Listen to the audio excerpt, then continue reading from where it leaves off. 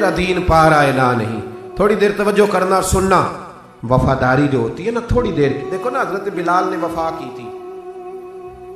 یہاں کیا حال کرتے ہیں ہم لوگ کارکنوں کا. میں اکثر یہ روتا ہوں, میں کہتا ہوں جب تک تو پیر صاحب کے آستانے پہ جھاڑو دیتا ہے تب تک تو وہ بڑا وفادار مرید ہوتا ہے. اگر اس پہ قرضے چڑھ جائیں تو پیر صاحب کہتے ہیں اس کا ذاتی معاملہ ہے. جب تک وہ اپنے ہاتھوں سے سیاستدان کے اشتہار لگا رہا ہوتا ہے تب تک وہ کارکن ہوتا ہے, کارکن. اور جب وہ کہیں الجھ جائے تو کہتے ہیں جی اس کے ذاتی معاملے میں نہیں. یہ ذاتی معاملہ کیا ہوتا ہے؟ جب تیرے اشتہار لگا رہا تھا سیاستدان کے تب ذاتی معاملہ نہیں تھا. جب کسی کو ضرورت پڑ گئی تو اب معاملہ ذاتی ہو گیا. پیار کرنا پڑے, کچھ دینا پڑے تو پھر بھاگ گئے, بپھر گئے. اور لوگوں کے پاس جب دولت آتی ہے تو رنگ ہی بدل جاتے ہیں. جب اقتدار ملتا ہے تو انداز ہی بدل جاتے ہیں.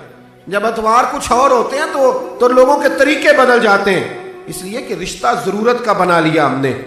سیدنا بلال نے بڑی مار کھائی تھی. کوئی بتائے حضرت بلال کو گورنری کا لالچ تھا؟ حضرت بلال حبشی کو کیا لالچ؟ بڑی مار کھائی, اور یارو بڑی ساری کھائی. ایک تو وہ مار ہے نا جو عبداللہ بن جدان مارتا تھا, امیہ بن خلف مارتا تھا, ایک تو وہ ہے.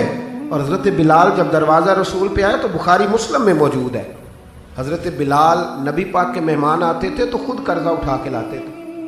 اور ایک وقت ایسا بھی آیا کہ قرضے اتنے زیادہ آ گئے تھے کہ یہودی نے کہا کہ بلال تو نے بڑے سارے پیسے قرض لیے ہوئے ہیں, تو اگر اب تو نے پیسے نہ دیے تو میں تمہیں پھر سے باندھ دوں گا. حالانکہ وہ سارے نبی کریم کے مہمانوں کے لیے قرضے لیے تھے. حضور کے ذاتی کام کی یہ ساری زندگی ذاتی. یارو یہ جو لوگ ہوتے ہیں یہ بڑے شاندار ہوتے ہیں, ان کو کوئی لالچ نہیں ہوتا. جن لوگوں نے اس محفل کے اشتہار لگائے ہیں ان کی تو اشتہار پہ فوٹو نہیں لگی ہوئی. لنگر کھلا رہے ہیں ان بیچاروں نے. تو وہ ایک نقیب محفل ملتان میں نا ایک دفعہ پیار چلتا ہے نا دوستوں سے, مجھے غصہ بڑا کم آتا ہے تو کبھی آ جائے تو وہ چلو آ بھی جاتا ہے. اب یہ بھی مسئلہ ہے. وہ بار بار کہہ رہے تھے لوگوں سے تسی ہاتھ نہیں چک دے, تسی بڑے بے ذوق ہو, تسی مینوں یاد رہو گے. میں کیا چپ کر جا, تو کوئی نظر نیاز لینی, یہ سارے مفت آئے نہیں, یہ زیادہ قیمتی ہیں, یہ فری آئے ہیں. بڑی مہربانی, اللہ آپ کو جزا. سنیں جی میرے بھائی, یہ کہ نا جن لوگوں نے جو درخواست لے کے گیا تھا تھانے جلسے کی اجازت کی, اس کا تو نام ہی نہیں چھپا.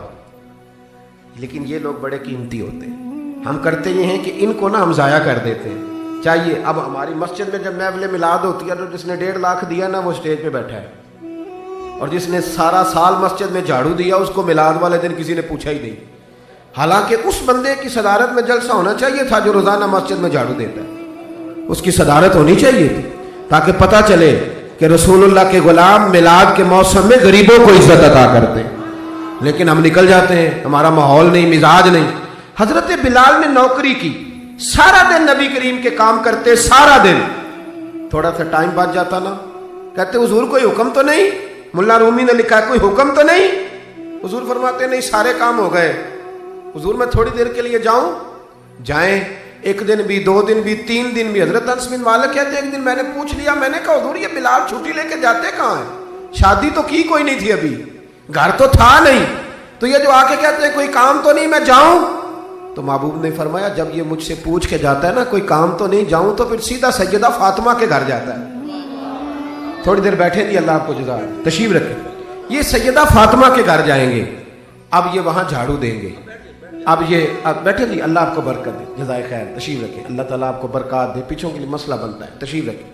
اب یہ نا سیدہ فاطمہ کی چکی پیسیں گے, یعنی کوئی ٹائم بچ جاتا تو وہاں کتنی نوکری کی حضرت بلال نے, کتنی ڈیوٹی کی کہ نہیں کی.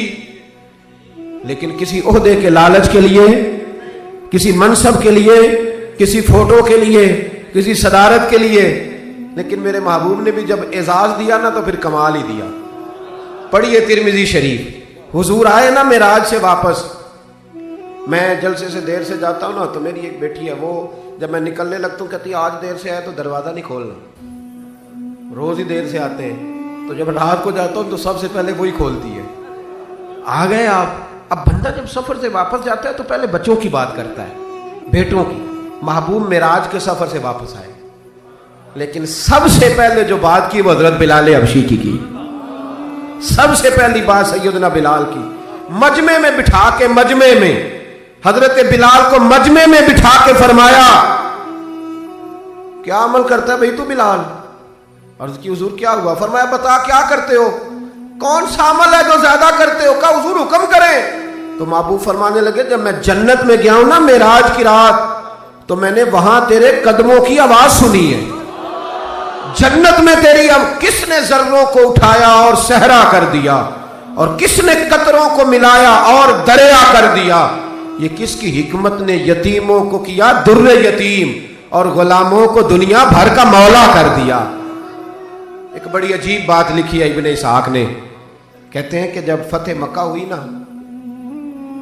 ظہر کا ٹائم ہوا، تو نبی کریم علیہ السلام نے فرمایا چلو ابھی اذان پڑھو، بلال کو بلاؤ. تو جو ہے میری بات پر سنیں اور یاد رکھیں. حضور نے فرمایا بلال کو بلاؤ، اذان پڑھے. تو ایک شخص نے حضور کے کان میں مشورہ دیا کہ یا رسول اللہ صلی اللہ علیہ وسلم کافر تو پہلے ہی سارے جل گئے، مر گئے، فتح مکہ ہے. تو کچھ لوگ حضرت بلال کے بڑے دشمن ہیں. تو یا رسول اللہ صلی اللہ علیہ وسلم بلال یہ ہمیشہ پڑھتا ہے، وہی پڑھیں گے، تو آج نہ کسی اور کی ڈیوٹی نہ لگائیں اذان پڑھنے کی، فتح مکہ کا موقع ہے، چلو کوئی اور پڑھ دے.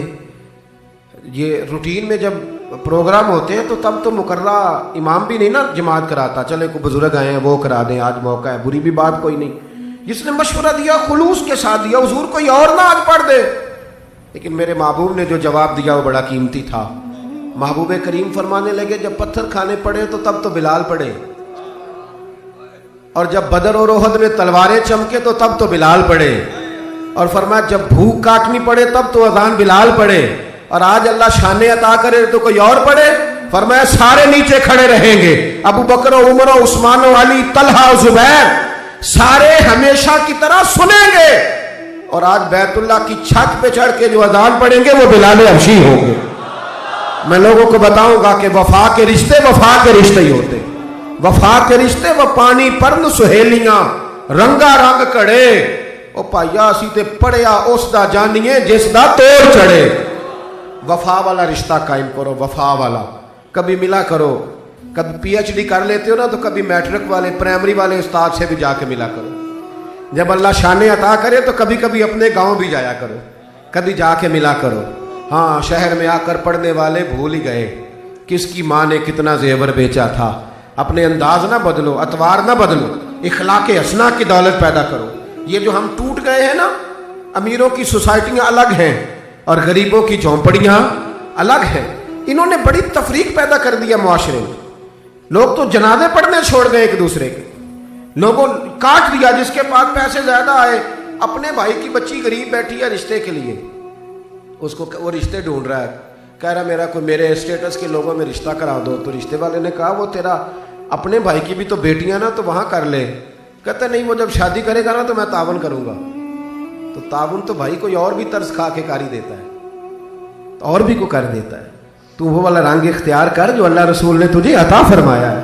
ہمارے معیار میں وہ وفا نہیں، وہ حسن نہیں. یہ میری طرح کے لوگ جن کو اللہ بڑی شان عطا فرماتا ہے، دین کے نام پر بڑا نوازتا ہے، لیکن لب و لہجے میں کئی دفعہ سختی آتی ہے، کئی دفعہ احساس نہیں ہوتا کہ ہم کیا کر رہے ہیں. اعلیٰ حضرت فاضل بریلوی بھی فرمایا کرتے تھے لوگوں نبی پاک کے وفادار رہنا، فرشتے بھی تمہاری عزت کریں گے.